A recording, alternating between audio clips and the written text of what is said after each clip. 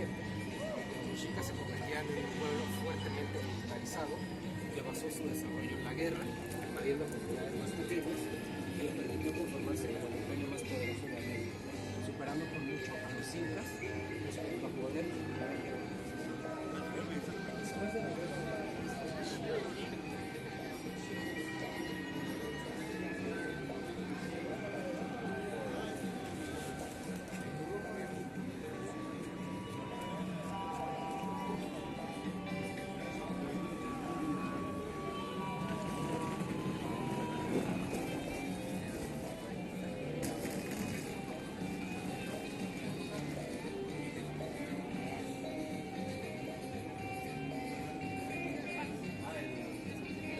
Hay una zona donde hay unos pantalones que es entre Tepito y la Lagunilla.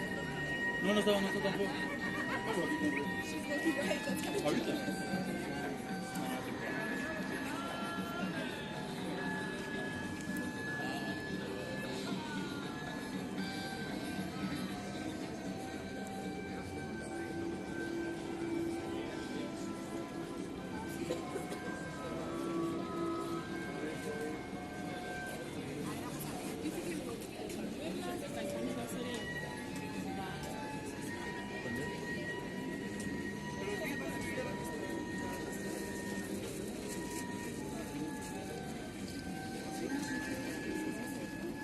Mamá, ¿qué vamos a hacer?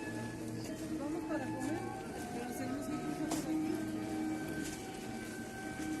¿Dónde las salidas estaba acá? Ya, para allá. ¿Para qué?